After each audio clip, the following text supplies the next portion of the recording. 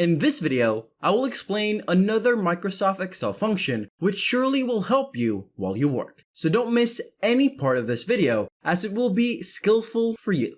Let's begin. The HLOOKUP function may be used to find data in a table when the data to be retrieved set horizontally. The HLOOKUP function, which belongs to the lookup and reference category, has 4 components. The HLOOKUP function is similar to VLOOKUP, except it looks for a row value rather than a column value. Equals HLOOKUP, open parenthesis, lookup value, comma, table array, comma, row index number, comma, open bracket, range lookup, close bracket, close parenthesis, is the syntax for HLOOKUP. Create a HLOOKUP function. To create a HLOOKUP by manually entering it.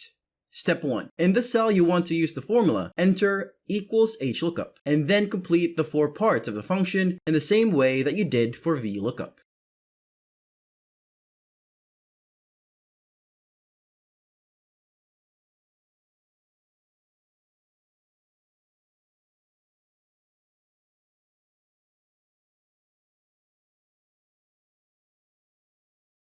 Step 2. Make sure that you are referring to the row number rather than the column number. Alternatively, to create a HLOOKUP by using the function arguments dialog box. Step 1. Select the insert function button next to the formula bar or select insert function on the formulas tab. Step 2. In the search box, enter HLOOKUP and then select either go.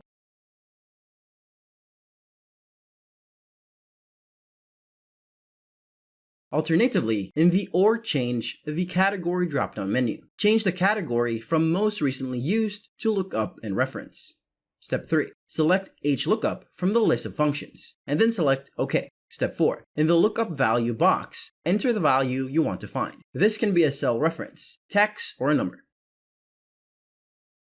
Step 5. In table array, enter the range or table of cells you want to find the value in. The table array can be a defined range or table, or a range of cells that may need to be absolute. Step 6. In row index num, enter the row number you want to check. Step 7. In range lookup, enter false or 0 for an exact match. For an approximate match, enter true or 1, or leave it blank. In step 8, select OK or select enter to complete the formula. This was all from my side to guide you about this tricky Microsoft Excel's built-in function. Have you found this video helpful? Tell us in the comments. Also, don't forget to subscribe to this channel and press the bell icon to get more knowledgeable and fact-based videos.